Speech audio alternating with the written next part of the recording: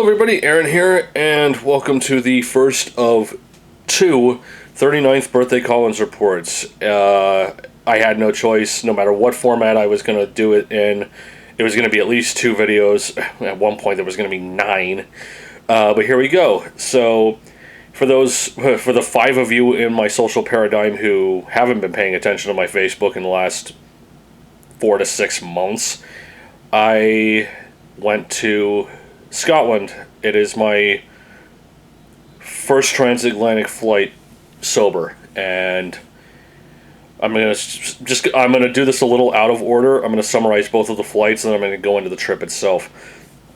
So the flight there, I got there way too early because you know how it says be at the airport 3 hours to check in. I was there at like 6, and they told me no, you kind of can get away with 4, but no more than that because we haven't even opened that flight up yet. Fair enough. So I got something to eat at Wendy's, and I walked up and down the flight terminal, Terminal 3 at Lester B. Pearson, for those of you who don't know Toronto all that well. And until it was time, I checked in my bag, submitted my passport for inspection, gave my vaccine info to the girl at the ticket desk, checked in my suitcase. Then I walked to the main check-in for customs and all that, and it was a long line, but they kept it moving, and there was a lot of guards on duty, so props for that. I got through. My connecting gate was B37, Kaplansky's Deli, a Jewish deli I used to frequent back when it was in Toronto, was between B39 and B40, so that made it quick. I couldn't get the brisket I wanted, and my favorite meal, Kaplansky's, is kind of retired with maple dip fried chicken, so I just got the Kaplansky burger. Beef bacon on it was delicious, but the burger itself was epic in and of itself. The fries are thin but not shoestring. I could have done with a little less salt, but still good. So, wait till I get on the plane.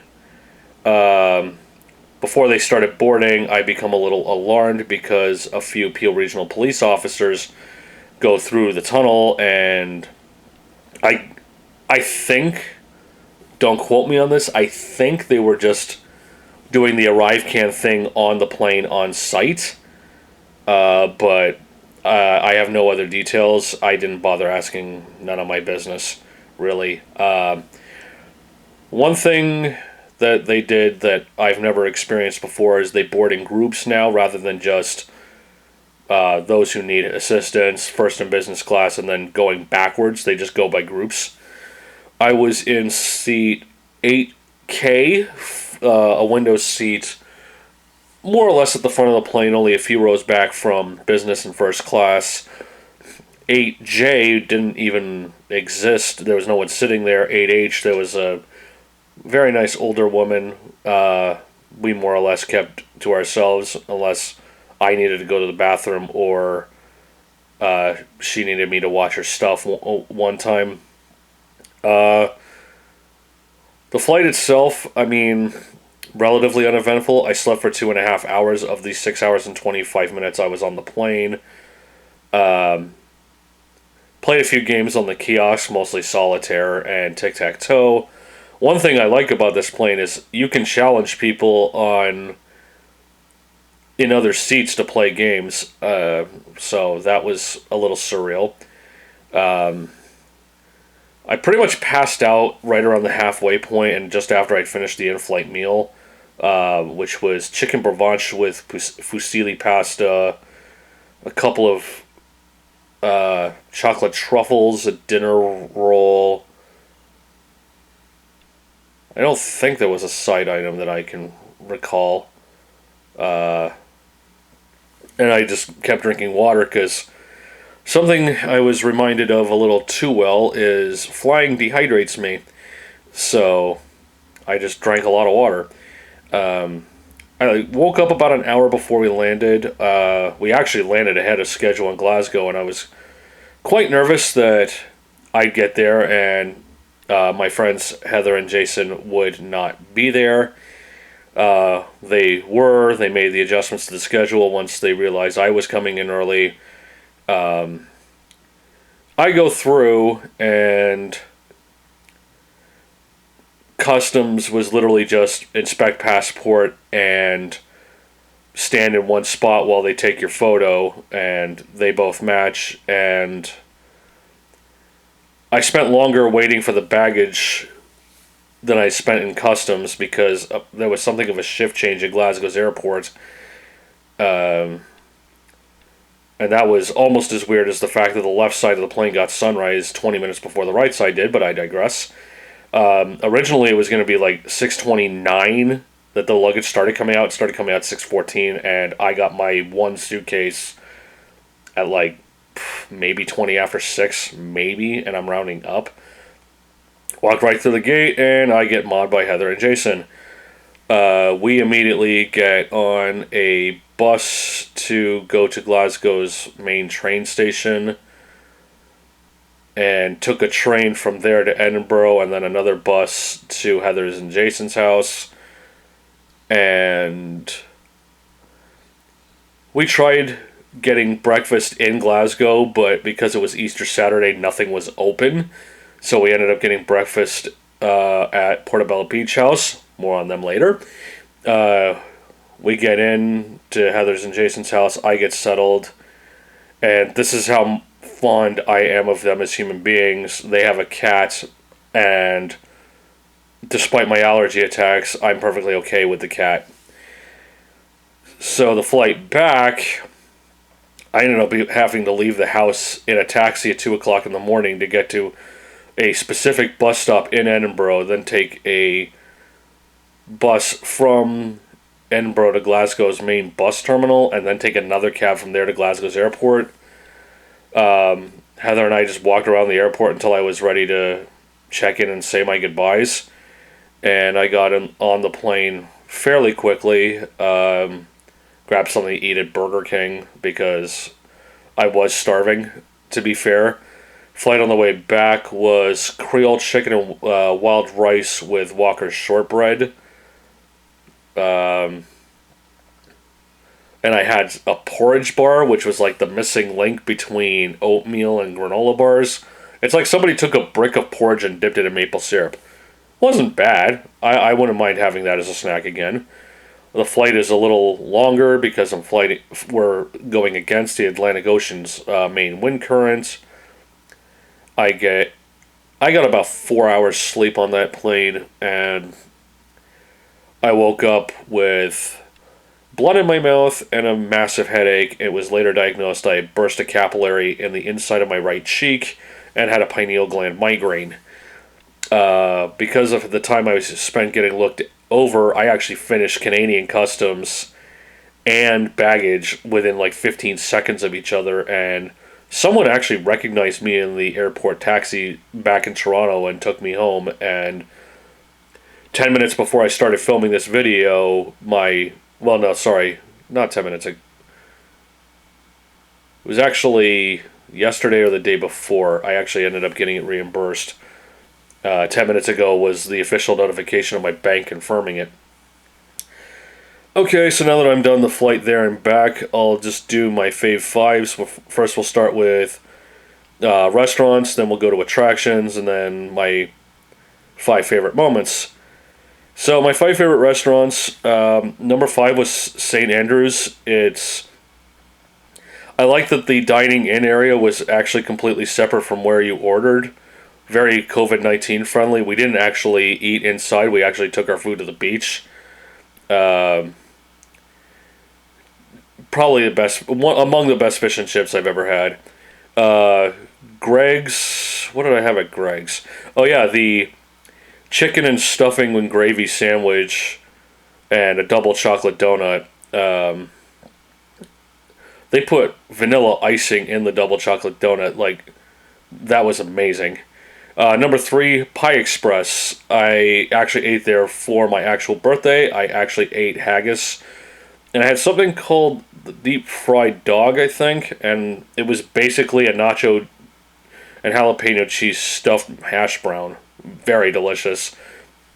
Number 2, and it was getting really hard to distinguish at this point, but Pizza Geeks, which is where I went for my birthday supper. I carried my tradition of picking a restaurant I've never eaten at before for my birthday supper, which isn't all that hard for Scotland. And I picked Pizza Geeks because they don't have garlic bread, they have Dalek bread. I had the Johnny Blaze pizza, which was pepperoni and jalapeno peppers. Note to North Americans that are traveling to Scotland and want to go to Pizza Geeks, it's thin crust Neapolitan, so it's not the traditional pizza. It's not the pizza we're used to in North America by a long shot. Still delicious. The Dalek bread, in salute of Doctor Who, was basically stone-baked thin crust, which is what the pizzas were. Garlic, cheese, fresh basil and rosemary oil drizzled on. Quite nice.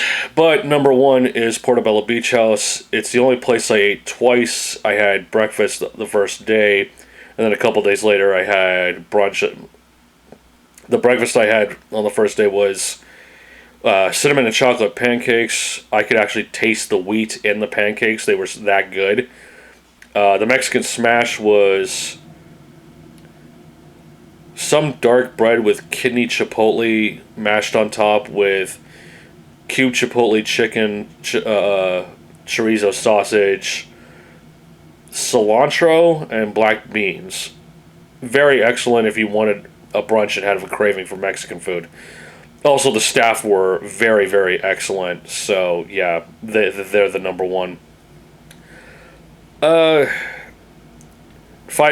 five attractions. Number five, the Edinburgh Castle. That was a very humbling experience because that's one of the two places where I learned more about Mary Queen of Scots than I had known previously.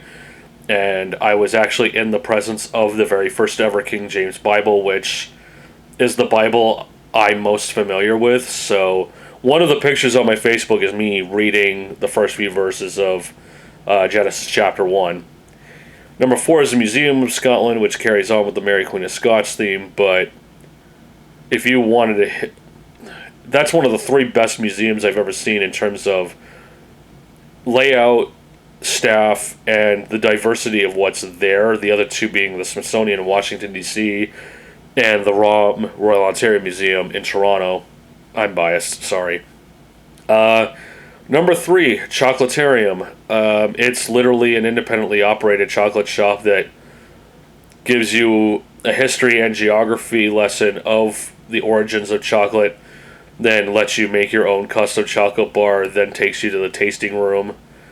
My favorite chocolate bar, which I intentionally left half of behind in the fridge at Heather's and Jason's house, is a white ghost pepper chocolate that actually has a fair amount of ghost pepper in it. And Heather and Jason, I think that was their very first ever exposure to ghost peppers, and they seem to really, really like it. Number 2 is the Camera Obscura. It's literally a museum of optical illusions. I had so much fun in there with the Camera Obscura is on the roof, and then there's different themed optical illusions on each floor. There's a mirror maze, a vortex tunnel, which a lot of people freaked out when I walked through it backwards. Then I walked on it with 1 foot, and various other ways to sort of handicap myself. And number 1 is by far the Edinburgh Dungeon. Like, the history of witchcraft and the occult and the criminal history of Edinburgh, spanning centuries.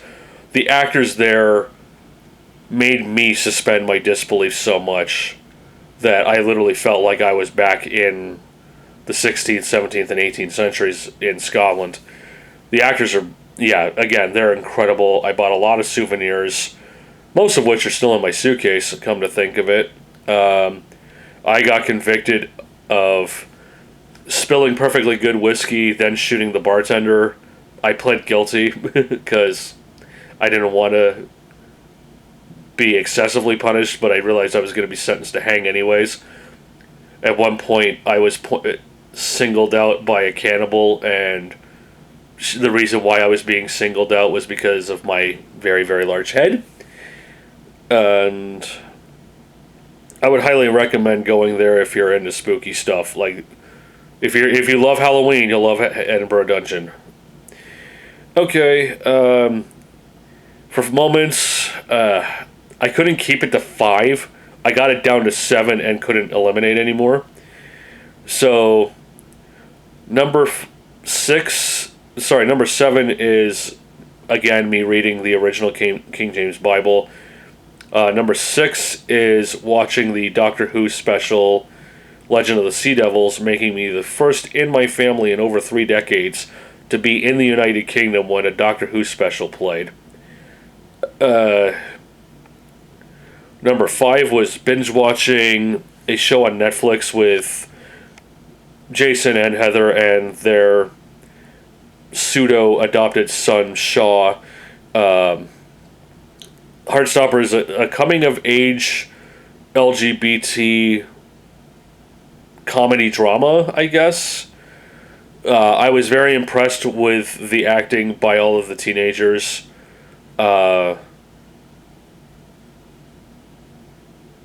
It's 8 episodes long. I was told it covers more than one of the books. I'm going to start looking for the books. I know they're in Canada, but I hope to actually buy them at an actual bookstore. I don't want to have to go online to get them. Number 4 would be Jason and I shaving our heads together. More on that later. Number 3 was the frequent games of Cards Against Humanity. My gift to the house for thanking them for letting me stay with them was the Canadian core game, and they bought me the UK base game that I have since taken out of my suitcase and assimilated into my 5 boxes of awesome. Number 1 and number 2 are tied. Starting a relationship with Heather and my birthday in its entirety from beginning to end. For those of you who don't know, Heather Stitt and I have been friends for over 11 years. And we finally, and in person, professed our feelings for each other. And we started officially dating 2 days before my actual birthday.